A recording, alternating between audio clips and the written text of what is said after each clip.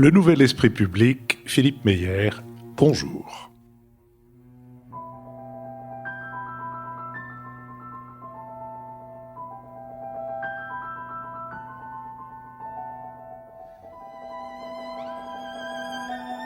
Bonjour, merci de nous avoir rejoints pour cette émission en public devant un théâtre Pierre Lamy à l'école alsacienne que je remercie de nous accueillir, un théâtre Pierre Lamy plein d'auditeurs et d'auditrices et devant lesquels nous allons tenter d'éclairer certains aspects de l'actualité. Nous le ferons avec Nicolas Bavrez, avec Jean-Louis Bourlange, avec David Jays, avec Nicole Diezotto in partibus, car elle est au fond de son lit depuis hier soir, et en plus elle est à Faune, avec Marc-Olivier Padis, avec Lucille Schmitt, avec Richard Verly et Lionel Zinsou, Béatrice Gibelin étant retenue par ses petits-enfants, et Michael Wiegel, parce que son journal l'a envoyé couvrir, je vous demande un peu, le congrès du Rassemblement national. Donc, en leur absence, et aussi en l'absence d'Akram Belkaïd, qui est également retenu, nous allons tenter d'éclairer certains aspects de l'actualité, et voilà notre 200e enregistrement. Depuis le 10 septembre 2017, nous n'avons manqué qu'un seul rendez-vous, celui du premier dimanche de confinement en 2020. Vous nous avez suivis quand nous conversions par Zoom, y compris lorsque la qualité sonore de nos enregistrements était malmenée par les chutes de tension des réseaux. Vous avez contribué à notre financement. À ce sujet, et pour en finir aujourd'hui avec ce sujet, je vous dirais qu'en moyenne, 1% des auditeurs des podcasts gratuits mettent la main à la poche pour les financer. En ce qui nous concerne, c'est 2,2%, ce qui est agréable, parce qu'on est content d'être au-dessus de la moyenne, mais ce qui n'est pas suffisant pour nous permettre de pérenniser notre existence et notre indépendance. Alors, il est vrai qu'augmenter le nombre d'auditeurs fait que 2% d'un chiffre plus important. Ça fait davantage de contributions, mais nous n'avons pas encore atteint l'équilibre. J'ai quand même bon espoir que cette 5e année ne finira pas sans que nous n'y parvenions grâce à vos seules contributions. Faut-il poursuivre cette petite entreprise ? Je me suis quelquefois posé la question, et même encore récemment, et j'ai trouvé une réponse dans une information qui m'est parvenue en provenance de la mère de toutes les radios publiques, la BBC. Les journalistes du service de nouvelles de cette vénérable institution sont désormais soumis à des règles qui les obligent à respecter le principe de parité au point, et je cite l'une de ces journalistes, au point de faire dans les photos qu'ils diffusent le décompte des visages et éventuellement de remplacer le visage d'un manifestant par celui d'une manifestante ou de privilégier la mise en avant d'un article sur la chancelière allemande plutôt que d'un autre sur le président français. Fin de citation.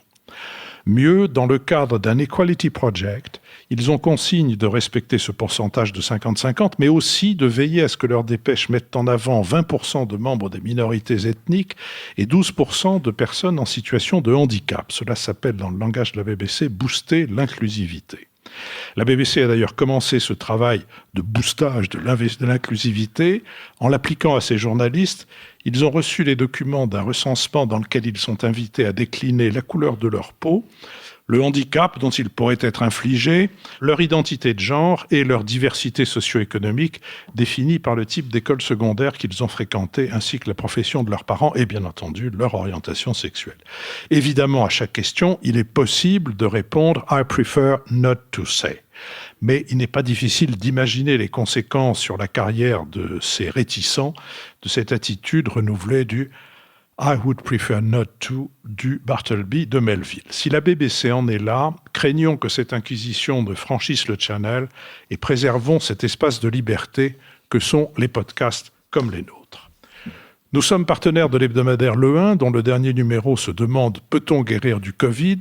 Mais quelle que soit la qualité de ce numéro, je voudrais mettre le projecteur sur le magazine Légende, également publié par Le 1 et qui, après Zidane, Angela Davis, Coluche et Elisabeth II, est consacré à Georges Brassens sous la direction du meilleur connaisseur de la chanson française, Bertrand Dical, avec des contributions notamment de Maxime Le Forestier, Philippe Delerme, Jeanne Chéral, Yves Simon et Clémentine de Roudy, qui fut naguère la commissaire d'une inoubliable exposition Brassens à la Cité de la Musique.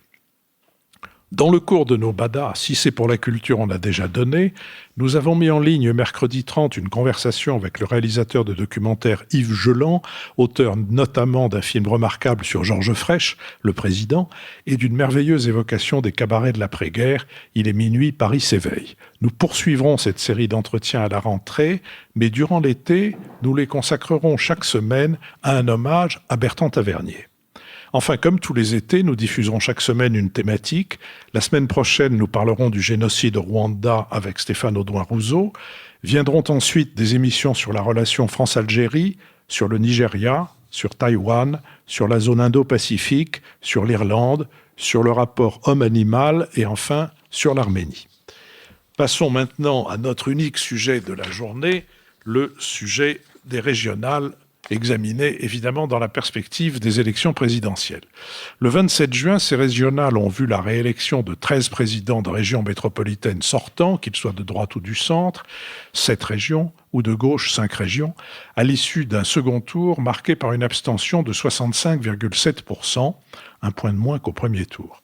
3 poids lourds de la droite traditionnelle qui ambitionnent de disputer la présidentielle en 2022 ont emporté une nette victoire. Xavier Bertrand, 53% dans les Hauts-de-France, qui s'est aussitôt déclaré candidat à la présidentielle.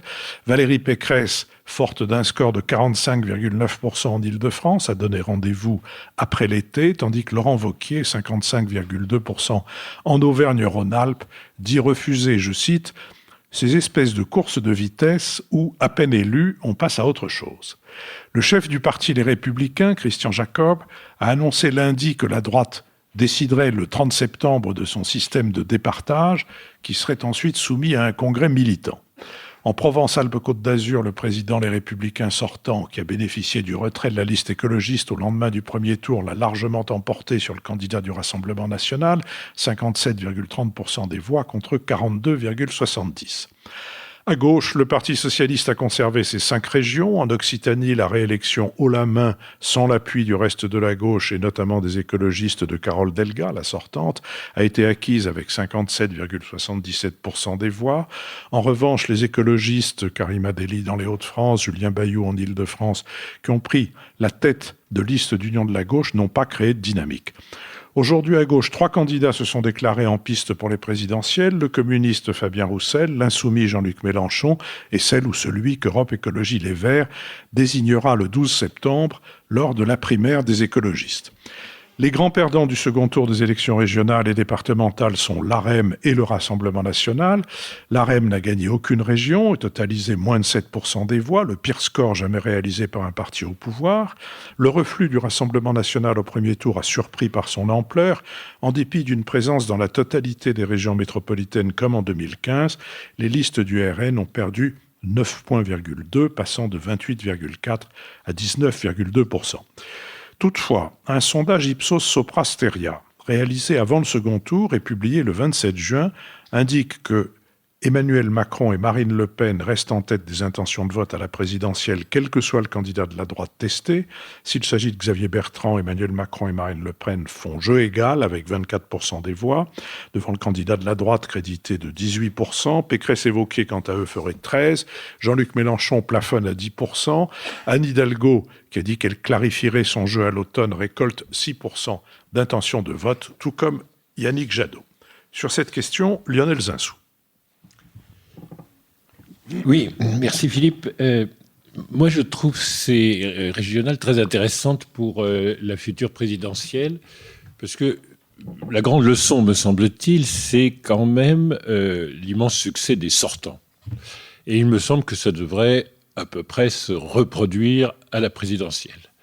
Donc il me semble raisonnable d'imaginer que nous aurons une opposition, comme d'ailleurs tous les sondages le montrent, entre Marine Le Pen et Emmanuel Macron. Et on devrait, en toute logique, avoir une élection d'Emmanuel Macron. Au fond, recommencer les régionales, c'est-à-dire retrouver ce goût de la stabilité, de l'identité.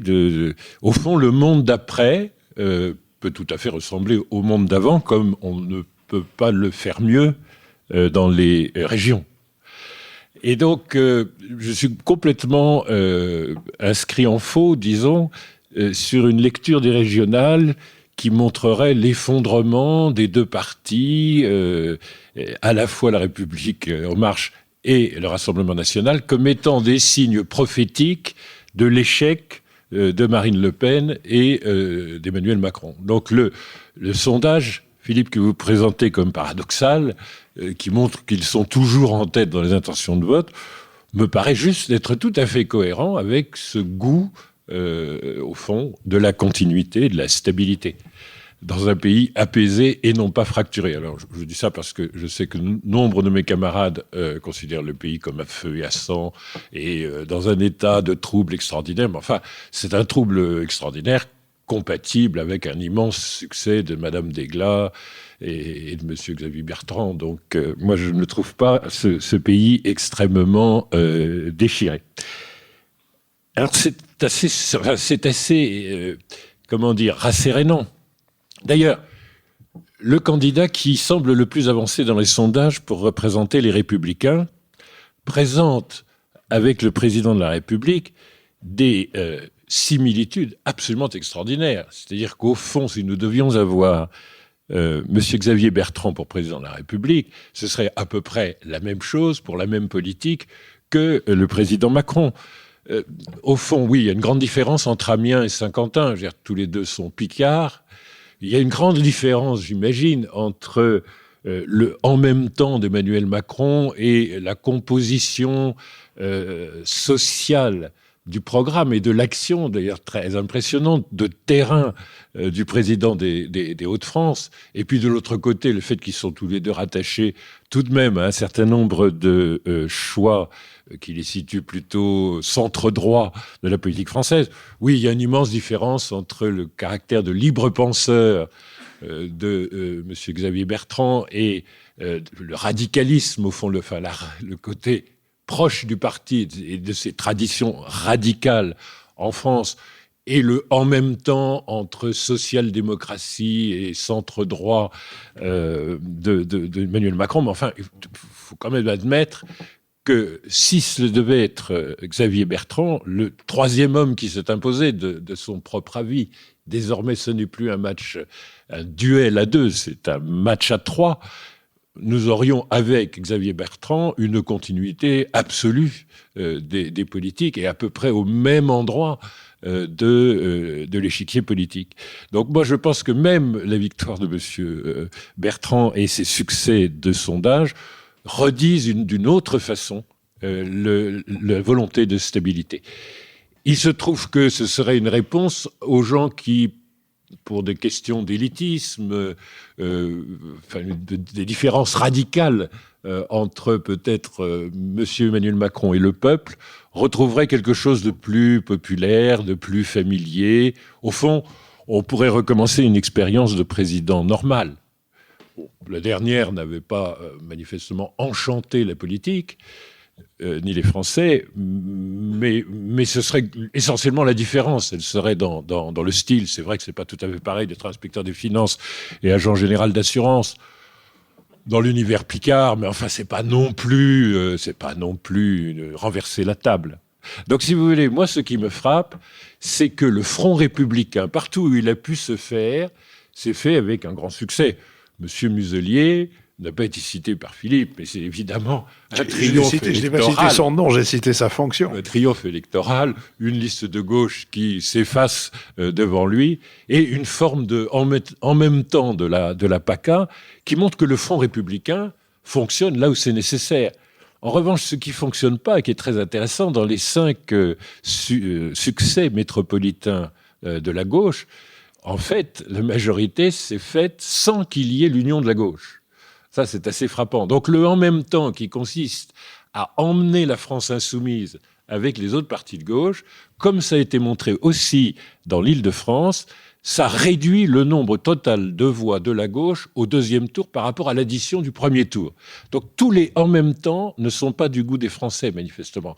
Le « en même temps » qui fonctionne, c'est un « en même temps » d'Emmanuel Macron et de Xavier Bertrand, qui va des sociodémocrates à la droite modérée et qui emprunte le meilleur des traditions, ça a l'air de fonctionner très bien, ramener la France insoumise, ramener du populisme dans la social-démocratie, manifestement, c'est en même temps-là, entre gauche et extrême gauche, réduit les chances au deuxième tour.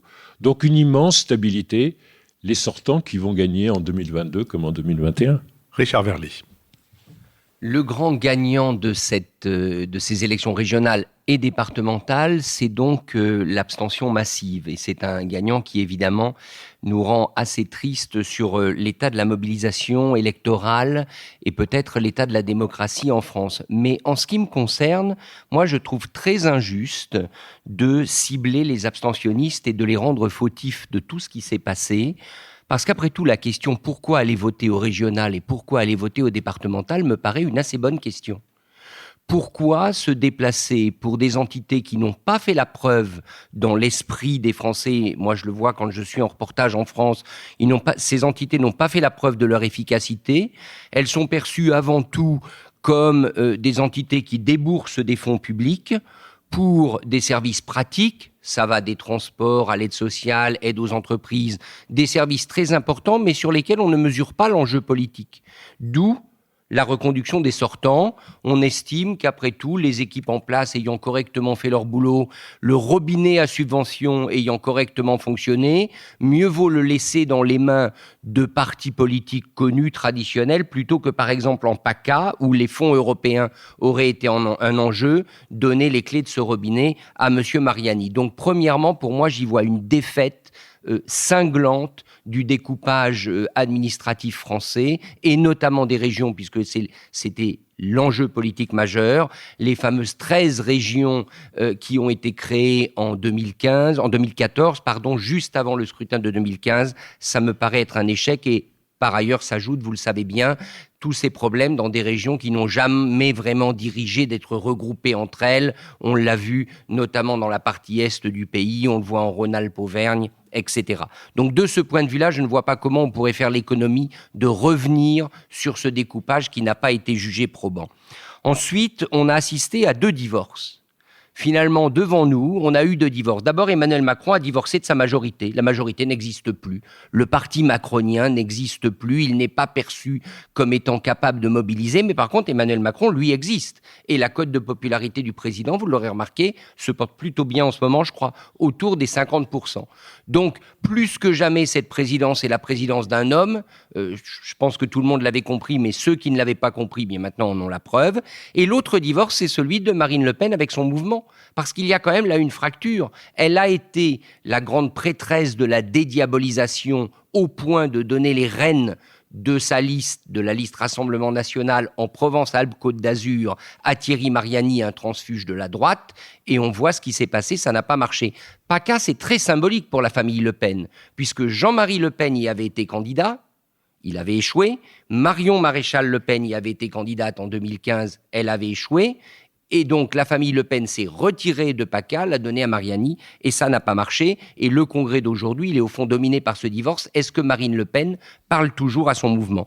Et enfin, sur Xavier Bertrand, alors là, je vais différer de Lionel. Moi, je pense qu'il y a un vrai créneau pour Xavier Bertrand et qu'il l'a montré. Et ce créneau, c'est celui des enracinés, le défenseur des enracinés. Vous savez, Xavier Bertrand, il a un livre de chevet qui a été traduit en français sous le titre « Les 2 clans », on en avait parlé dans cette émission, et qui, en anglais, s'appelle « The Road to Somewhere », par un sociologue britannique, journaliste, qui s'appelle David Goodhart, et qui oppose la société, qui dit au fond, nos sociétés maintenant occidentales, elles ont 2 clans. Elles ont d'une part les enracinés, les somewhere, et les anywhere, qu'on pourrait traduire par nomades, qui sont compatibles avec la mondialisation. Eh bien, je pense qu'avec son profil d'assureur, peut-être pas assureur tout risque, mais en tout cas assureur, Bertrand, il a un créneau, c'est d'être le candidat des enracinés face à Emmanuel Macron, qui est le candidat des anywhere, c'est-à-dire des nomades. Et je pense que sur ce front, on va avoir des surprises. À propos de Somewhere, il y a une plaisanterie en anglais qui dit « Je vous ai déjà vu quelque part ». Et celui à qui on dit ça répond « J'y vais souvent ». Lucille Schmitt. Oui, merci Philippe. Moi, je dirais, par rapport à ces élections, qu'en apparence, c'est la victoire et le retour du vieux monde politique par rapport à la promesse du nouveau monde politique qu'avait porté Emmanuel Macron en 2017. Le vieux monde politique, ce sont, vous l'avez rappelé, la question de renouvellement des sortants. Et je pense qu'un sortant comme Emmanuel Macron n'a rien à voir avec le vieux monde politique des partis politiques qui sont enracinés dans les régions. Donc c'est différent pour moi. Mais ce n'est qu'une apparence parce que ce qui a très vite été oublié par ceux qui ont gagné de nouveau, c'est effectivement ce niveau d'abstention. Et moi, je voudrais insister sur le fait que j'ai été quand même très étonnée de voir tous ceux qui avaient gagné chanter victoire en minimisant l'importance de cette abstention que vous avez tous rappelé, mais qu'il faut évidemment analyser, parce que je crois que ce qui est essentiel là-dedans, c'est pourquoi ce niveau d'abstention, plus de 65% aux 2 tours. Donc, il n'y a pas de mobilisation au 2e tour. Et évidemment, il me semble que là-dessus, c'est aussi la promesse d'Emmanuel Macron de renouveler le monde politique qui n'a pas été tenue et qui aujourd'hui pèse sur l'ensemble de la vie politique française et qui pèsera sur la présidentielle. Que se passera-t-il à la présidentielle ? Y aura-t-il un niveau d'abstention certainement pas aussi massif, mais important pour dire qu'au fond, on n'est plus d'accord sur la façon dont la vie démocratique se déroule aujourd'hui dans notre pays ? Ça me semble être un élément essentiel. On voit bien, et ça a été rappelé notamment par Vincent Tiberge, un professeur d'université spécialiste de l'analyse des résultats électoraux, qu'aujourd'hui, il y a plusieurs attitudes à l'égard de la vie démocratique. Il y a l'attitude qui consiste à dire qu'au fond, voter, c'est un devoir. Et ça a été notamment le cas pour les plus de 65 ans qui se sont beaucoup mobilisés. Mais ce n'est pas perçu comme un devoir irrépressible par tous les autres. Et Vincent Tiberge dit de manière très intéressante que du coup, ça conduit à une surpondération, évidemment, du vote des personnes de plus de 65 ans, qui explique évidemment en partie ces résultats. L'autre élément très intéressant, c'est le fait que jusqu'à présent, l'électorat du Rassemblement national se surmobilisait.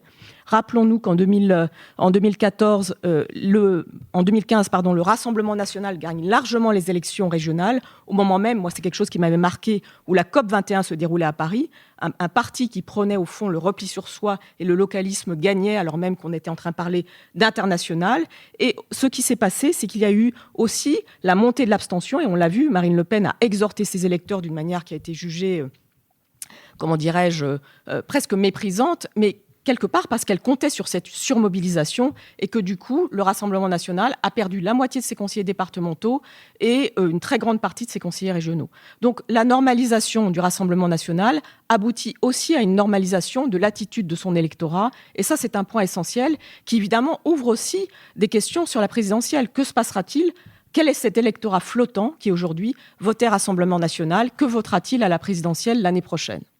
3e point peut-être, Richard nous disait qu'au fond les régions n'avaient pas démontré leur utilité et que la campagne s'était passée complètement à côté de la plaque, c'est-à-dire qu'on a parlé de sécurité, on a fait le galop d'essai, enfin ceux qui se présentaient ont voulu faire le galop d'essai des élections présidentielles et les électeurs ont refusé le galop d'essai des élections présidentielles. Donc ça, c'est un point aussi qu'il faut garder en tête, c'est-à-dire qu'il faut démontrer aujourd'hui effectivement que le millefeuille territorial a une utilité. Les électeurs sont dans une situation où ils demandent du contenu, de la signification, du projet, et l'extrême personnalisation de la vie politique française, qui se passe beaucoup à la télévision, qui se passe dans une démocratie d'opinion, ne permet pas au fond de donner un espace au contenu et au projet. On entend toute la journée il faut du projet, il faut du contenu, mais rien ne se passe. Et au contraire, ce à quoi on assiste, ça me rappelle quand je dirigeais avec Christian Paul le laboratoire des idées du Parti socialiste, tout le monde piaillait en disant « j'ai des idées », mais personne n'énonçait une idée. Et donc le sujet qui est devant nous, c'est évidemment la question de ne pas dire « j'ai des idées », mais d'être capable de proposer, d'avoir des contenus, et aussi que dans notre démocratie d'opinion, des espaces s'ouvrent pour les énoncer, qui soient des espaces de profondeur et de complexité. Comment faire ? Et là-dessus, évidemment, la question de la responsabilité des médias, des journalistes, est aussi posée. Nous sommes dans une situation où nous avons surnormalisé le Rassemblement national, et d'une certaine manière, nous avons empêché de le combattre, mais nous avons aussi empêché d'énoncer des projets qui ne soient pas ceux du Rassemblement national, car aujourd'hui, ces idées ont largement gagné, y compris au sein des partis politiques traditionnels. Marc-Olivier Padis. Moi, je vois une situation assez mouvante pour 3 raisons. La première, c'est le déplacement des clivages politiques. Si on revient au thème de l'élection présidentielle de 2017, c'est que l'ancien clivage entre gauche et droite allait être remplacé par un nouveau clivage entre progressistes et populistes. Et les élections législatives qui étaient dans la foulée de la présidentielle semblaient avoir confirmé ce diagnostic avec la création d'un nouveau groupe parlementaire fait de personnes issues de la société civile qui n'avaient jamais fait de politique, mais aussi des transfuges de la droite et de la gauche. Mais depuis toutes les élections locales, les municipales, régionales dont on parle, n'ont pas confirmé ce diagnostic. On voit la résistance des anciens partis, comme on l'a rappelé avec la reconduction des présidents de région, et puis la faible implantation nationale de la République en marche. Mais ces résultats des élections intermédiaires ne veulent pas dire que la situation ancienne est restée identique à celle qu'elle était avant 2017. En fait, de nouveaux clivages apparaissent, à mon avis, qui se superposent aux précédentes, et ce qui fait que notre système institutionnel est en réalité profondément déséquilibré, ce qui est plutôt malsain. Parce qu'à ce déplacement du clivage politique s'ajoute un deuxième phénomène qui est la déconnexion des élections locales et des élections nationales. Les résultats ne sont pas concordants. Et d'ailleurs, on ne peut pas vraiment extrapoler, à mon avis, le résultat d'une élection à une autre. Par exemple, j'ai repris un article, Le Monde avait fait en septembre 2019 l'exercice avant les élections municipales. Ils avaient pris le résultat des élections européennes, ils avaient regardé partout où le Rassemblement national avait fait plus de 40% des voix à l'échelle locale, et ils en avaient déduit qu'il y avait 193 villes qui pouvaient passer au Rassemblement national au moment des élections municipales. Or, ce qui s'est passé, c'est que le Rassemblement national n'a eu que 15 communes où il s'est trouvé majoritaire. Donc, ce calcul, qui n'était pas absurde de la part des journalistes du Monde, en fait, ne collait pas du tout à la situation. Je prends un autre exemple que je trouve frappant. On ne peut pas multiplier les exemples, je serai bref, mais prenez une ville comme Dieppe. Aux élections européennes, le Rassemblement national est le premier parti, il fait 28% des voix. Et le Parti communiste fait 10% des voix. Aux élections municipales, le maire communiste de Dieppe est reconduit dès le premier tour avec 61% des voix. Et le Rassemblement national fait 8,5% des voix. Donc quel est le raisonnement des électeurs? Quel est leur message? C'est assez difficile à comprendre. Et moi, j'ai du mal à m'y retrouver. Et donc, en fait, rien n'est acquis, je pense, pour la suite. Et troisième raison qui fait que la situation est très mouvante, à mon avis, c'est qu'on a donc une rupture aussi entre deux types de partis. En fait, notre système politique, il n'est pas simplement structuré par gauche-droite, local, national, mais il y a aussi le fait que maintenant, il y a deux types de partis politiques. Il y a d'un côté des partis personnels, c'est-à-dire des partis qui sont constitués autour d'une personnalité. Donc, la France insoumise avec Jean-Luc Mélenchon, Emmanuel Macron et La République en marche, Marine Le Pen et le Rassemblement national, 3 partis. Et puis 3 autres partis qui sont des partis à ancrage. Donc les Verts, le Parti socialiste, les Républicains. Donc, qui sont des partis qui ont des militants, des élus locaux, l'expérience des responsabilités, un corpus idéologique, un ancrage dans l'histoire politique française. Et les autres n'ont pas d'implantation locale, une forte dépendance à la popularité du leader. Et donc, ce qui est tout à fait frappant aussi, c'est que les partis à ancrage n'ont pas de leader. Et ils ne savent même pas comment faire pour se choisir un leader. Et que les partis personnels, eux, n'ont pas d'ancrage, mais ils ont un leader. Et donc, on a, vous voyez, 3 failles sismiques, je dirais, aujourd'hui, de notre système politique. Des clivages idéologiques où l'opposition gauche-droite se trouve relativisée, mais qui n'est pas complètement remplacée par un nouveau clivage qui serait structurant entre progressistes et populistes.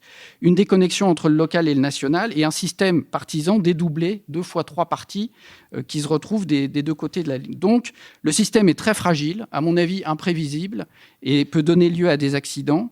On ne sait pas non plus quelle est sa capacité à répondre aux enjeux de la période et aux inquiétudes des Français. Et donc, finalement, dans un système en recomposition comme ça, quelles sont les alliances possibles aussi entre partis pour gouverner? Parce que je pense que la question des alliances va se poser probablement dans les prochaines élections. David Jayes. Je vais commencer par parler de ce dont ne parle jamais la presse nationale ni les émissions de commentaires. Ce sont les résultats en Corse et dans les Outre-mer qui, je crois, nous ont administré une leçon de vitalité démocratique, ont administré à la métropole, comme on disait encore naguère, on parle de l'Hexagone maintenant, une leçon de vitalité démocratique. La Corse a voté plus, et même s'il y avait beaucoup de listes autonomistes, il y a eu un véritable débat sur la signification et l'avenir de la collectivité de Corse. À La Réunion, Huguette Bello emporte l'île avec une coalition de gauche. En Guyane, Rodolphe Alexandre est battu par Gabriel Serville, qui réussit une coalition de gauche et d'autonomistes. De la même manière, la presse parisienne ne s'intéresse jamais aux résultats des cantonales. Si vous regardez les émissions de commentaires politiques, les soirées électorales, on ne parle que des régionales. Comme si, au fond, les cantonales, c'était inintéressant. Et si on regarde les cantonales, on voit que les résultats sont un peu plus nuancés que la carte bichrome qui nous a été présentée dimanche soir. On voit que, par exemple, La République En Marche, ou le MoDem, ou ses alliés, emportent un certain nombre de cantons. Modiques par rapport, évidemment, à la totalité des cantons, mais c'est tout de même intéressant à regarder. On voit que le Rassemblement national, qui avait gagné beaucoup de cantons aux précédentes élections départementales, en perd, en particulier dans la région où il est le plus implanté localement, les Hauts-de-France. Il en perd 3 dans l'Aisne, par exemple, qui est un département, comme l'a dit Lionel tout à l'heure, qui va être à fort enjeu présidentiel. Alors, deuxième remarque, le taux d'abstention himalayesque qu'on a enregistré aux élections régionales et sur lequel beaucoup de commentateurs ont feint de s'étonner, de s'indigner, n'a pour moi vraiment rien de surprenant. S'il y avait quelque chose de prévisible à ces élections, c'est bien ça. Sortie de Covid, ensoleillement, euro, campagne régionale et départementale particulièrement terne, débat national particulièrement inintéressant et focalisé uniquement sur des enjeux de sécurité, d'immigration qui n'ont rien à voir avec les compétences de ces collectivités, à quoi il faut ajouter une désaffection ancienne vis-à-vis de ces strates intermédiaires que sont les départements et les régions. Ce pays est finalement anthropologiquement resté très jacobin. Vous savez ce que disait Robespierre, le jacobinisme, c'est l'État et la commune. Et entre les deux, il n'y a rien. Et c'est vrai qu'on n'a pas beaucoup aidé ces dernières années, au gré des réformes territoriales, à rendre ces collectivités intermédiaires plus lisibles. Étant à moitié gascon, j'avoue que la grande région Nouvelle-Aquitaine qui va de Cibourg à Guéret, n'est pas très compréhensible et je crois qu'on est nombreux à partager ce sentiment. L'enchevêtrement des compétences et des taxes, c'est pareil. D'ailleurs, les réformes territoriales, le grand jeu des réformes territoriales, c'est toujours de se demander où on va mettre telle compétence et de faire le jeu de bonneteau fiscal. Enfin, tout ça ne produit pas du sens et ne donne pas forcément envie aux électeurs de s'impliquer sur ces enjeux. Néanmoins, et je terminerai sur 2 remarques, la déconnexion entre le niveau local et le niveau national, Marc-Olivier l'a un peu dit, mérite quand même d'être regardée avec inquiétude, parce que dans aucune grande démocratie au monde, il y a une telle coupure entre la vie politique nationale et la vie politique locale. Une grande démocratie parlementaire, c'est normalement un jeu permanent d'aller-retour entre le niveau national et le niveau local. Dois-je rappeler que quand Valéry Giscard d'Estaing a perdu en 1980, la première chose qu'il essaie de faire quand il revient en politique, c'est de s'implanter dans un canton. Aujourd'hui, on voit bien qu'on a c'est comme 2 droites parallèles en géométrie. On a 2 systèmes qui vivent leur vie et qui ne se rencontrent jamais. D'un côté, LREM et le RN qui sont assez insignifiants localement et qui pourtant sont les mieux placés à ce stade pour la présidentielle, et de l'autre, des collectivités de gestion avec à leur tête des barons qui gouvernent. Et puis peut-être une toute dernière remarque sur la déresponsabilisation civique, et ça c'est peut-être la chose la plus importante et la plus inquiétante. On voit que le taux d'abstention est particulièrement élevé chez les 18-30 ans et chez les CSP les plus défavorisés. Il faudrait prendre garde à ce qu'à force de désintéresser ou de dégoûter les catégories les plus fragiles ou les plus éloignées du cœur de la démocratie, on ne fasse pas revenir un suffrage censitaire qui ne dit pas son nom. Et c'est vrai que l'isoloir, tous ces rituels, pour la jeune génération, ce sont des choses dépassées. J'ai l'impression que ça ressemble un peu à la déchristianisation dans les années 60. C'est-à-dire qu'avant, il était normal d'aller à l'église toutes les semaines. Il était normal, quand on était syndicaliste, d'assister à des réunions de sections ou de cellules. Ça s'est peu à peu effacé. Et j'ai peur que, vis-à-vis des rituels démocratiques, la même désaffection pointe son nez. Il va donc peut-être falloir, mais je réserve ça pour la deuxième partie de discussion, réfléchir aux voies et moyens de réconcilier tout un pan de la population française avec la démocratie. Nicolas Bavrez. C'est vrai qu'on a toujours des surprises dans les élections, et je crois que c'est vrai aussi de ces élections régionales où, sous l'apparence de la stabilité, on a beaucoup d'incertitudes. Donc, premièrement, je crois que le dégagisme reste tout à fait d'actualité. Le point de départ, c'est l'abstention. On vient d'en parler, 66%. Et on a des pans entiers du corps électoral et du corps social qui font sécession, les jeunes et une partie des classes populaires. Et on voit très bien que cette abstention a une dimension qui est une dimension protestataire. Par ailleurs, pour la démocratie française, c'est vrai que, comme dans beaucoup de pays développés d'ailleurs, il y a quelque chose de surprenant dans notre monde, à voir qu'il y a des gens qui risquent leur vie pour avoir le droit de vote à Hong Kong, à Caracas, à Alger, en Turquie ou en Russie, et qu'aujourd'hui, nous sommes dans des pays d'enfants gâtés où ce droit de vote est considéré comme une espèce de quelque chose qui a finalement assez peu de valeur et qu'on utilise ou qu'on n'utilise pas. C'est vraiment, je trouve que c'est tout à fait dommage dans un siècle où c'est quand même la liberté politique qui va de nouveau être fortement, l'enjeu essentiel. Et vous voyez que dans une démocratie, il y a deux manières finalement de protester. La première, c'est le vote extrémiste, et la deuxième, c'est le désengagement. Et c'est vrai qu'on est à un degré de désengagement des citoyens en France qui est inquiétant, même si les Français ne se trompent jamais d'élection, et donc l'élection présidentielle se fera sur une autre base. La deuxième chose, c'est que le dégagisme a rattrapé les dégagistes. Et donc, cette fois-ci, c'était effectivement les deux champions qui avaient bénéficié du dégagisme qui sont rattrapés. Donc, le Rassemblement national d'un côté, parce qu'effectivement, il a perdu une grande partie de sa charge protestataire. Et puis, La République En Marche, parce que ce parti n'existe pas. Il y a une région qui est très symbolique. Si vous regardez la carte du premier tour de l'élection présidentielle de 2017, c'est la Bretagne qui a fait l'élection d'Emmanuel Macron. Et la Bretagne, LREM a disparu de la Bretagne à tel point que M. Richard Ferrand n'est même pas élu. Donc, ça montre quand même la force de la sanction qui s'est déroulée. Alors, sur les raisons, on l'a dit, le Covid, les grandes régions, incompréhensibles. Mais je crois si on veut essayer aussi d'aller un peu plus loin et de regarder ailleurs, il y a des choses intéressantes. Je pense quand même que les populistes sont sur la défensive et qui sont en train de perdre les peuples. Donald Trump a été battu, Netanyahou finalement a été sorti du pouvoir. Les choses ne se passent pas si bien que ça en Europe orientale. Orban, Janša en Slovénie, les Polonais aussi de droit et justice commencent à être vraiment contestés. Et l'AfD, la Liga, le RN sont quand même sur la défensive et enregistrent de sévères revers électoraux. Alors pourquoi ? Il y a certainement eu le Covid qui a montré que les populistes étaient inconséquents et dangereux quand ils étaient au pouvoir.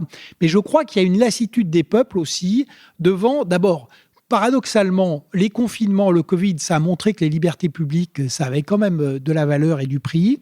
Et la machine à diviser et à entretenir la guerre civile commence, je pense, un peu à s'user. Côté Emmanuel Macron, on a la vérité de ce qu'on savait, mais qui a cette fois-ci éclaté au grand jour, c'est-à-dire qu'il n'y a pas de macronisme, il n'y a qu'Emmanuel Macron. Et Emmanuel Macron, c'est un techno-populiste qui est quand même très étrange dans une démocratie, puisqu'il méprise, il refuse les partis, le Parlement, la majorité, même son gouvernement, puisqu'on a quand même rarement vu un quasi-pugilat entre le garde des Sceaux et le ministre de l'Intérieur. Et finalement, il continue comme avant parce que tout ceci, fondamentalement, ne l'intéresse pas et il pense qu'il va gagner sur autre chose. Sur l'état de la France, je reviens à ce qui a été dit, on voit quand même que c'est une France éclatée sur le plan économique avec des secteurs excellents, des secteurs dévastés, un énorme morceau de France improductive, des secteurs qui s'adaptent difficilement comme l'agriculture ou l'industrie. C'est vrai aussi de la société, une société qui est complètement éclatée et ça va au-delà du clivage. Il n'y a pas que deux mondes il y a un monde qui est parfaitement adapté à la mondialisation, il y a un monde protestataire, il y a un monde traditionnel. C'est beaucoup plus compliqué. Il y a au moins 4 ou 5 France qui existent aujourd'hui, qui cohabitent. Et comme l'avait dit excellemment Gérard Collomb, ces 4 ou 5 France sont aujourd'hui face à face dans un climat de quasi-guerre civile. Et si vous voulez, ce qui est quand même inquiétant, c'est que les gens ne vont plus voter, mais en revanche, les minorités se heurtent de manière de plus en plus violente. Et ça, c'est une vraie préoccupation. Alors, les conclusions pour 2022, très rapidement. D'abord, je le répète, les Français ne se trompent pas et ne se trompent jamais d'élection. Donc, tous ceux qui projettent ces élections régionales sur la présidentielle se trompent. Néanmoins, il faut être clair, c'est plus le combat à deux que avaient voulu nous vendre les deux champions intéressés, c'est-à-dire Emmanuel Macron et Marine Le Pen, et le système médiatique. Aujourd'hui, c'est au moins un jeu à 3, voire à 4. Et comme disait Churchill, le problème dans les 3, c'est qu'il faut être dans les 2. Mais on ne sait pas encore qui va être dans les 3 et dans ces 3-là, qui sera dans les 2.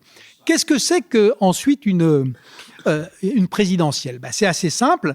Il faut un leader, un projet, une stratégie de rassemblement et un mouvement politique pour porter tout ça. Alors, regardons les forces en présence brièvement. Emmanuel Macron, le leader, est là. Simplement, il n'y a rien derrière pour l'instant. Il n'y a pas de projet, il n'y a pas de stratégie de rassemblement, il n'y a plus de mouvement politique. Côté RN, les choses ont changé parce qu'il y a un leader, mais qui est quand même affaibli, on le voit. Il y a une stratégie qui est en doute et il y a un parti qui est de plus en plus en décalage avec la stratégie et le leader. Donc c'est beaucoup moins simple alors que c'était censé être solide que prévu. À droite, il y a la sociologie, il y a l'idéologie qui vont plutôt dans le sens de la droite, mais pour le coup, pléthore de candidats, sinon de leaders, pas de projet, pas de stratégie, et donc il y a un parti, mais un parti qui est en décalage avec le reste. Et le cas le plus compliqué, c'est la gauche, parce que la gauche est dans une position très compliquée à cause de l'éclatement. Donc aujourd'hui, on a le PC, Europe Écologie Les Verts, le PS, la France Insoumise, dans un espace politique qui s'est beaucoup réduit. C'est vrai que, pour le coup, on a aujourd'hui à gauche, on n'a rien. On n'a ni leader, on a des partis en pagaille, mais pas d'organisation, pas de stratégie de rassemblement et pas de projet. Donc, je terminerai simplement en vous disant, à l'image de Jean-Louis Bourlange, donc en étant bref mais inarrêtable, que, vous voyez, c'est l'inquiétude de cette élection de 2022, c'est que dans l'état dans lequel se trouve notre pays, on a souvent parlé d'élections décisives, mais celle-là, elle va l'être vraiment. Parce que on n'est pas très loin de l'effondrement économique et social, on a une société extrêmement divisée, une république très affaiblie, attaquée sur ses valeurs, et un pays qui a perdu beaucoup de son influence en Europe. Et en face, vous voyez que on a un système incroyablement fragilisé, avec, d'une certaine manière, Lionel Zinsou a raison, et en même temps ça montre toute l'ampleur du problème. C'est que tel que ça se présente, ça risque de ne pas apporter de grands changements. Or, la France, elle est comme en 1945, elle est à reconstruire. Donc si tout ceci doit déboucher sur on continue comme avant, nous aurons d'énormes problèmes. Jean-Louis Bourlange. Oui, comme disait un collègue napolitain au Parlement européen, et quand il disait ça, tout le monde était un peu effrayé, molto brevemente. Des menaces. Je crois qu'il y a évidemment énormément de choses à dire sur ces élections. La première, sur le système politique. Je crois c'est un lieu commun, mais enfin, d'abord sur l'abstention. Moi, on ne va pas refaire l'émission qu'on a faite la semaine dernière. Je crois qu'il y a des causes structurelles qui sont préoccupantes sur la désaffection pour les enjeux collectifs d'un certain nombre de nos concitoyens. Un mépris qui n'est pas du tout positif, notamment des jeunes, pour les formes rituelles de la démocratie. Je vais vous raconter une dame me disait hier que son petit-fils était à Sciences Po et qu'il avait cessé de parler parce que c'est un type très brillant. Il dit, chaque fois que je dis quelque chose, je fais l'objet d'un procès en sorcellerie. Un homme pas du tout extrémiste. Je fais l'objet d'un procès en sorcellerie. Et je crois que c'est très nouveau, ça. Quand j'étais à Sciences Po, c'était pas comme ça. On disait n'importe quoi. Et certains disent que j'ai continué à le faire. Mais avant, c'était plus bref.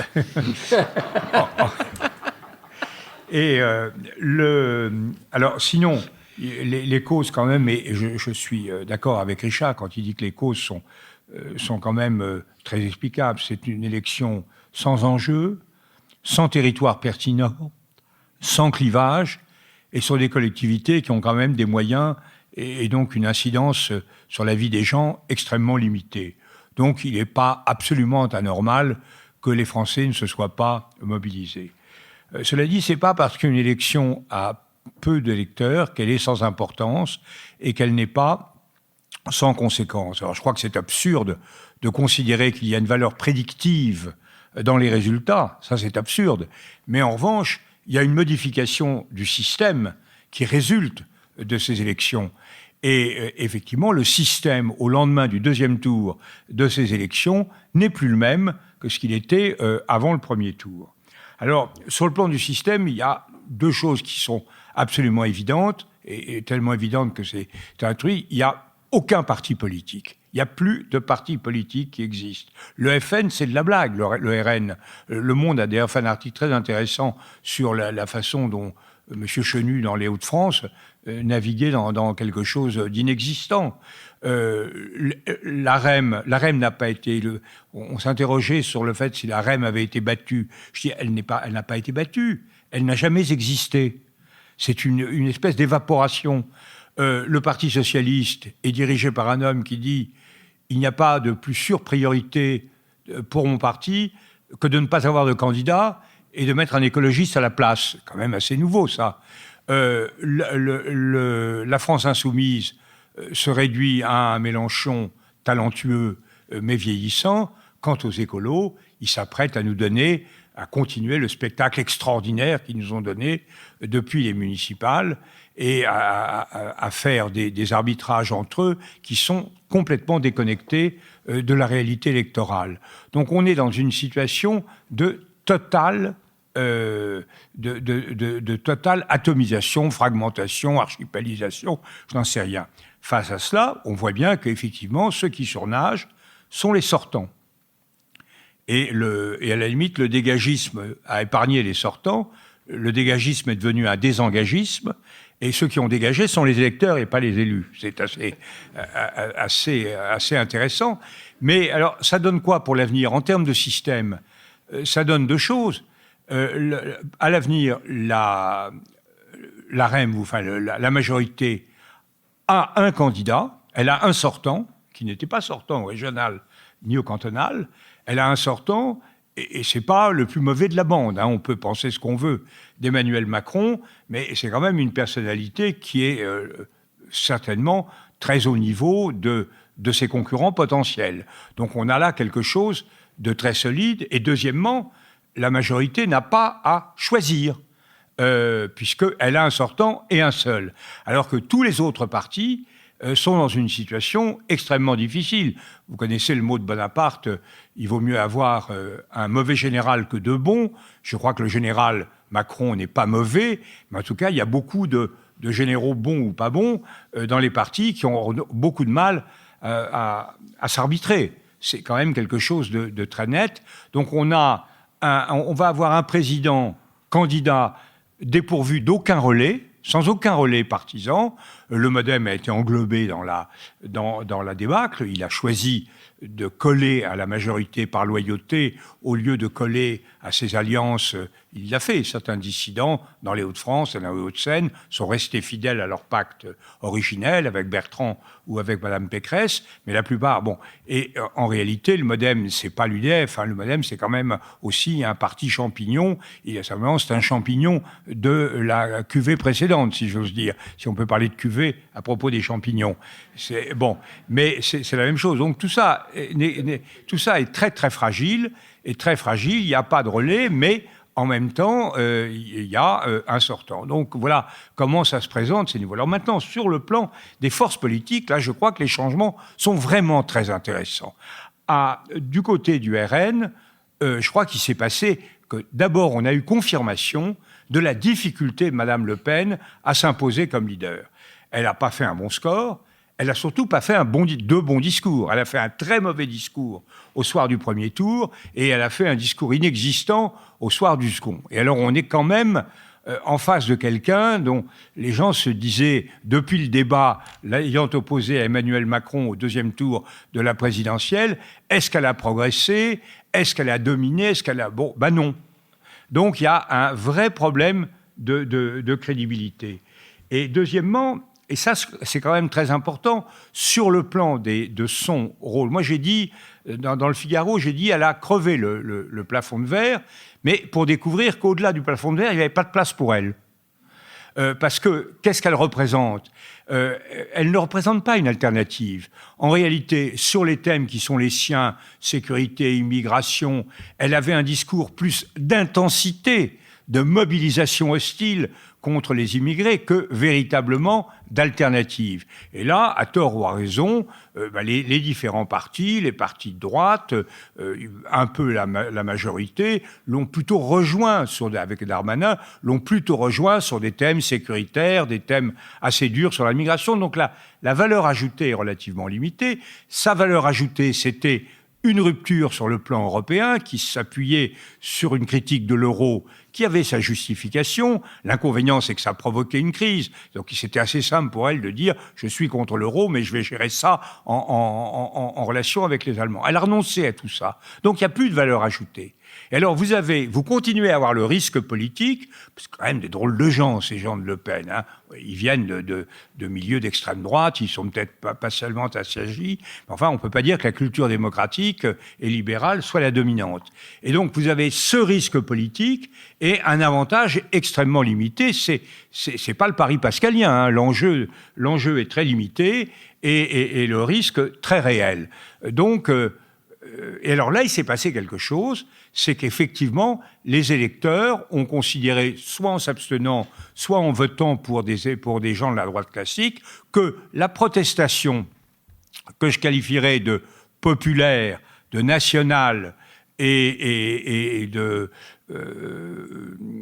d'autoritaire, c'est les trois éléments, c'est incarné dans des leaders de la droite classique. Et ça change quand même profondément toute l'équation du premier tour et du second tour de l'élection prochaine. Alors, au sein de la droite, c'est assez intéressant de voir que les figures de René Raymond sur la droite se retrouvent assez bien. C'est-à-dire qu'on a un vote légitimiste qui est incarné un peu qui est incarné par Retailleau, qui est incarné par Wauquiez, qui quand même reste dans la ligne de sa candidature, la candidature Bellamy. Alors, il a essayé de rendre plus populaire son affaire, mais enfin, c'est vraiment la droite traditionnelle, catho, entre le Puy-en-Velay, Lyon et la Savoie. On est vraiment dans cet univers-là. C'est un univers qui a ses limites. Ça a très bien marché dans une région comme la sienne.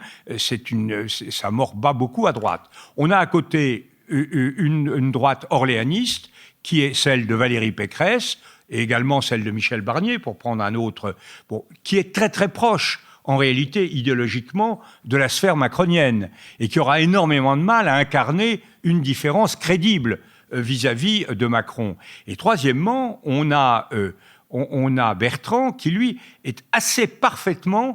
correspond assez parfaitement.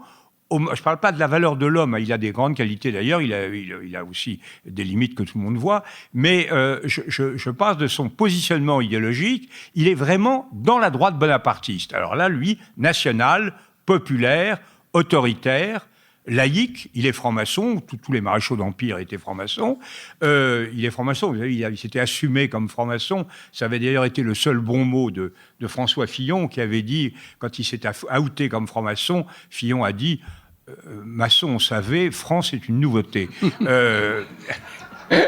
Mais peu importe, je ne prends pas à mon compte les propos de M. Fillon. Mais en tout cas, il représente, et là, de ce point de vue-là, il a un grand avantage idéologique, et comme il n'est pas encombré, ce qui prouve que les partis n'existent plus, c'est que 2 de ces 3 candidats sont hors parti. Donc là, il a quand même des avantages énormes. Alors, une remarque sur la gauche, je crois qu'on sous-estime le fait qu'à gauche, il se passe des choses qui sont pas très perceptibles à l'œil nu à cause de l'impéritie complète sur le plan politique des écologistes, mais je crois que la relève du socialisme traditionnel ou de l'insoumission traditionnelle par une protestation alternative écologique chemine dans ce pays. Les écologistes sont passés de 7 à 12%. Ils ont gagné, ils ont été en tête en Île-de-France. Mathieu Orphelin a fait un beau score en Loire-Atlantique, enfin dans la région Pays de Loire. Et par exemple, un exemple, à Villeurbanne, ils sont arrivés en tête par rapport aux socialistes. Villeurbanne, vous vous rappelez, c'est la ville de Charles Hernu. Je vous assure que dans le Pacifique, en Nouvelle-Zélande, personne ne considère qu'Hernu était écologiste. Et donc alors évidemment ils sont des gars de sauce absolument fantastiques. Voilà. Mais donc ils ont fait. Oui, j'arrête. Bon. Donc ce que je crois que la gauche est quand même très profondément disqualifiée à court terme, mais l'écologiste assis sur le discours du GIEC, discours apocalyptique et réaliste, sur une exigence d'égalité qui est très forte et renforcée par la volonté écologiste, parce que l'écologie crée de l'inégalité, donc il faudra compenser tout cela. Et donc, je crois que là, le vrai clivage qui séparera la société française ne sera plus entre le FN et les autres, mais entre les écologistes et une gauche progressivement fédérée par les écologistes et ceux qui refusent cette affaire-là. L'art oratoire de Jean-Louis Bourlange commence par « Je serai bref, et ça pour 9 raisons », et ensuite continue par « Je vais m'arrêter en 4 points ». Cette émission aura lieu, comme je l'ai dit tout à l'heure, en 2 épisodes. Le 2e épisode partira des questions de la salle, je le dis pour ceux qui ne sont pas dans la salle, qui sont à l'écoute, et qui devront donc attendre la mise en ligne mercredi de notre 2e partie. Mais avant de passer à cette 2e partie, nous sommes arrivés à la séquence des brèves, et je vais demander à Lionel Zinsou de l'ouvrir. Alors, moi, je vais ouvrir la brève en vous recommandant une visite dans une grande ville de culture, Montpellier, chose que nous avons faite un peu avant l'émission, donc mais enfin, je vous recommande d'aller voir un musée qui date de 2019, le MoCo, le musée d'art contemporain de Montpellier. Il y a d'ailleurs quand même un printemps formidable des créations muséales en France. C'est absolument exceptionnel, qu'il s'agisse du secteur public ou municipal ou privé. Là, c'est une institution municipale qui a 2 bâtiments magnifiques, plus une école des beaux-arts associée, et qui est vraiment formidable pour la vie de l'art contemporain. Il se trouve qu'il y a eu 2 expositions. Alors la première, et ça c'est purement une brève narcissique, il se trouve qu'elle est consacrée à l'art contemporain africain. Alors, comme elle s'appelle Zinsou, carte blanche à une collection, donc je me censure, je ne la commenterai pas, je ne vous dirai pas à quel degré c'est très bien fait et vraiment éclairant. Et je mettrai donc je mettrai sur un autre bâtiment, la Panacée, qui appartient au même MoCo, dans le centre des grandes universités du XIIIe siècle de Montpellier, une exposition féministe, en hommage à Lucille, 2 Américaines qui travaillent avec des techniques d'acrylique passionnantes sur le corps féminin, et même d'ailleurs, pour être précis, plus précisément sur des aspects légèrement sexuels, puisque ça part de dessins et de photographies pornographiques.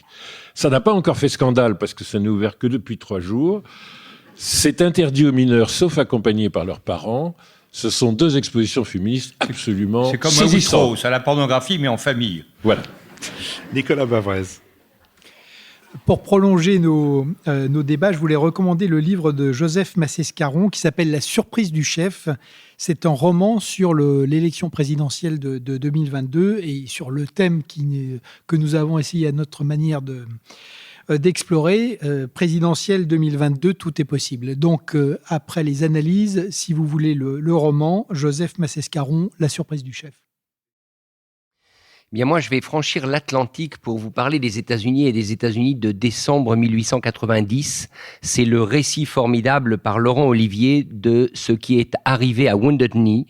C'est ce massacre des Indiens qui a eu lieu donc à la veille du Nouvel An 1891, où l'armée américaine a littéralement mitraillé et exécuté toute la tribu du chef Bigfoot, qui était l'un des derniers résistants à l'occupation donc dans l'Ouest américain.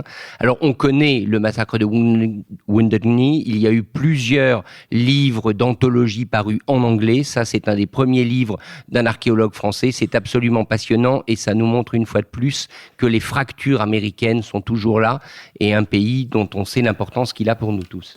Moi, je recommanderais le livre de Philippe Artière, Le peuple du Larzac, qui apparaît aux éditions de la Découverte. On connaît peut-être pas toutes les générations, on connaît ce qui s'est passé au Larzac dans les années 70, et on ne sait pas, y compris moi qui ne suis pas originaire d'un endroit très éloigné du Larzac, on ne connaît pas ce qui s'est passé avant le Larzac. Et Philippe Artière a une manière particulièrement intéressante et dynamique de raconter, je dirais presque depuis l'homme de Cro-Magnon, l'histoire du Larzac. Et on en sort en se rendant compte à quel point le Larzac est essentiel pour nous tous. Jean-Louis Bourlange. Oui, moi je voudrais appeler votre attention sur un livre qui est paru il y a quelques semaines, dû à Jean Pic, à la plume de Jean Pic, qui était magistrat à la Cour des comptes et en même temps professeur à Sciences Po. Il faisait un cours sur l'État. Et ce livre qui est paru aux presses de Sciences Po est en fait non pas une récapitulation, pas du tout de son cours, mais très profondément nourri de l'expérience qu'il a eue à travers ce cours. Ça s'appelle « La République, la force d'une idée ». Alors, c'est une réflexion sur la République que je vous soumets aujourd'hui parce que je crois qu'à la lumière de ce qui s'est passé ces dernières semaines, c'est quand même très intéressant de savoir ce que nous avons en commun, la République, et non pas ce que Sieyès appelait par opposition pour l'arrêt total. C'était la chose totale, la chose publique. Sieyès a inventé ce néologisme. Et je trouve que c'est tout à fait intéressant. C'est une réflexion d'un homme profondément modéré, qui se situe au centre, catholique, attaché à la laïcité, et qui nous donne de la République une idée ouverte de trois manières. D'une part, elle n'est pas simplement nationale. Il montre tout ce que la République doit à la tradition américaine, à la tradition néerlandaise, hollandaise pour être plus précis, et à la tradition anglaise. Elle est aussi ouverte dans la mesure où il s'attache il réfléchit attentivement à la déconnexion entre la Révolution et la République. Et ça, c'est une idée qui m'est chère, comme elle était, c'est d'ailleurs là que je l'ai trouvée, comme elle était chère à François Furet, à savoir que la vraie République s'est construite sur la négation de la fureur révolutionnaire dans les années 1870-80 du 19e siècle. Donc. Et troisièmement, la troisième ouverture, c'est sur l'Europe. Il est de ceux, Jean Pic, qui ne posent pas comme antinomique l'organisation de la cité nationale et l'organisation de la cité européenne. Ces trois ouvertures, je les partage et donc je vous les fais partager. Lucille Schmitt. Oui, merci Jean-Louis de ce partage. Moi, je voulais recommander de lire ou de relire la trilogie de Serge Audier. Serge Audier, philosophe, historien, qui écrit de longue date maintenant sur la question de l'histoire des idées, la façon dont l'écologie, les idées écologiques, au fond, traversent l'histoire des idées à gauche. Donc c'est une trilogie qui a commencé à être publiée en 2017, qui a commencé par La société écologique et ses ennemis, qui s'est poursuivie par L'âge productiviste. Et ce qui est très intéressant, c'est que l'année dernière, Serge Audier a osé un livre plus programmatique qui s'appelle La cité écologique pour un éco-républicanisme. Alors c'est l'une des premières fois que moi aussi je m'aventure sur le terrain de la République. Et je trouve assez intéressant justement qu'Audier, dans ce livre, au fond, aborde les limites aujourd'hui de l'écologie politique telle qu'elle est incarnée notamment par les Verts, avec l'idée que, comme elle a toujours été incarnée par une minorité, au fond, elle n'a pas toujours abordé la question de l'exercice du pouvoir et l'exercice et l'importance de des valeurs républicaines lorsqu'il s'agit d'arriver réellement au pouvoir. Et comme le disait Jean-Louis, avec lequel je suis d'accord, comme on sent souffler une bourrasque verte, la question qui est devant nous, c'est au fond en quoi elle va pouvoir se réconcilier avec une histoire des idées qui reste dormante, mais qui pourra être adossée à un projet politique opérationnel lorsqu'il s'agira de conquérir le pouvoir, c'est-à-dire au fond de s'emparer des institutions et de ne plus seulement se voir comme un contre-pouvoir. David Jays. Alors, je voudrais recommander, moi aussi, Le Peuple du Larzac, et je précise que ce n'est pas par faillotage vis-à-vis de Philippe, nous ne nous sommes pas concertés, mais j'avoue que quand j'ai vu... Non, mais l'usage est que chacun recommande ce qu'il veut, et si on recommande tous les deux le même... Et quand j'ai vu le titre, et surtout le sous-titre, une histoire de crânes, sorcières, croisés, paysans, prisonniers, soldats, ouvrières, militants, touristes et brebis, ça m'a beaucoup attiré. Et effectivement, j'avais du Larzac l'image de ce plateau où une horde de Normaliens barbus était venue protester dans les années 70 contre l'extension du camp militaire. Et ce que nous montre Artière, c'est que depuis des siècles, et puis peut-être même depuis des millions d'années, puisque dans la géologie même, ce territoire est un bouillon de culture, et peut-être autant que le pâté en croûte, le Larzac est un territoire important. Et j'en profite pour faire une deuxième recommandation, puisque j'étais redondant avec Philippe. Je vous conseille, pour celles et ceux qui ne l'ont pas encore fait, d'aller visiter la très belle exposition Napoléon à la Grande Halle de la Villette. Ce n'est pas que j'avais une sympathie démesurée pour le personnage, parce que je partage le jugement du général de Gaulle qui disait que Napoléon, au fond, a rendu la France plus petite qu'il ne l'avait prise, mais c'est extrêmement bien chorégraphié. Il y a beaucoup d'objets, beaucoup de tableaux, de cartes extrêmement intéressants, et surtout, ce à quoi j'ai été le plus sensible, il y a cette scène inaugurale magnifique du film Le Colonel Chabert, dans lequel jouait Gérard Depardieu, où l'on voit cette charge de cavalerie légendaire menée par Joachim Murat, qui était l'une des plus meurtrières de la Grande Armée, et dans laquelle on a cru le colonel Chabert mort, puisqu'il a été enseveli de longues heures sous les cadavres de chevaux, avant de revenir d'entre les morts. Donc allez-y si vous en avez l'occasion. Marc-Olivier Padis. Alors, moi, j'ai lu avec beaucoup d'intérêt un dialogue franco-allemand entre deux historiens, une historienne française, Hélène Miard de Lacroix, qui est professeure d'histoire allemande à la Sorbonne, et un professeur allemand, Andreas Wirsching, et qui dialoguent tous les deux sur les relations franco-allemandes. D'ailleurs, ça nous renvoie à Napoléon. Et ce qui est très intéressant, c'est que c'est un dialogue au sens d'essayer de lever des malentendus, de mieux se comprendre et de mieux comprendre nos histoires respectives. Mais c'est aussi formellement un dialogue parce qu'ils se sont mis à discuter ensemble. Et donc, c'est très plaisant à lire. C'est très vif. C'est publié chez Fayard. Et on se rend compte justement avec l'histoire notamment de Napoléon, à quel point la constitution même de la nation allemande en fait dépend de l'histoire française et notamment des agressions successives de la France sur ce territoire. Et donc ils vont jusqu'à la période contemporaine où on voit encore tout le chantier que nous avons à mener pour le dialogue franco-allemand. Il me reste à vous donner rendez-vous dimanche prochain pour la première de nos thématiques qui, donc, comme je le disais tout à l'heure, portera sur le rapport de la commission du CERF sur la France au Rwanda et sur le Rwanda. Mercredi pour la diffusion de la conversation que nous allons maintenant avoir avec le public. Et il me reste à vous rappeler que vous pouvez nous soutenir. Ne vous en privez pas. Allez sur notre site et cliquez sur l'onglet « Soutenez-nous ». Il me reste à remercier l'école alsacienne qui, une fois de plus, nous a généreusement accueillis ici. Et puis, à remercier Sophie Jacquin, avec qui cette émission a été préparée, Benoît Carré, qui assure le compendium, le compte-rendu analytique de l'émission, Olivier Magloire, qui s'occupe des plateformes, Nicolas Tourneau du site, Nouvelles Écoutes et Julien Neuville, qui nous ont produit, et de vous remercier d'être venus, et comme on dit, mais cette fois-là, on le dit souvent en exagérant, mais cette fois-ci c'est vrai, d'être venus si nombreux. C'était la 200e du Nouvel Esprit Public. À bientôt.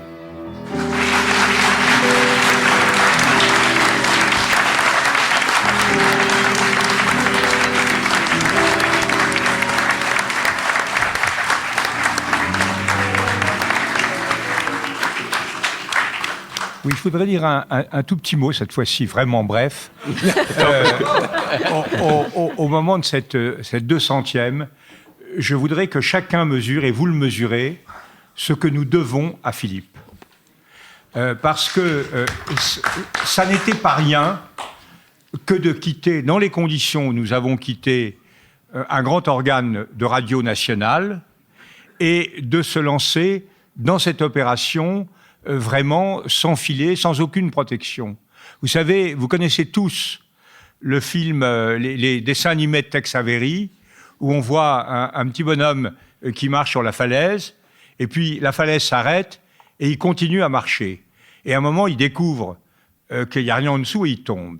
Eh bien, Philippe a fait mentir la dernière phase de ce phénomène. On était sur la falaise, on l'a quitté, il a continué à marcher tout seul dans des conditions, je peux vous dire, je peux en témoigner quotidiennement, dans les très difficiles sur le plan matériel, sur le plan psychologique. C'est une opération très intéressante, mais vraiment du funambulisme sans aucun filet. Et il a continué, et nous marchons toujours tout droit, sans falaise au-dessous de nous. C'est très intéressant, c'est très difficile, c'est un peu risqué.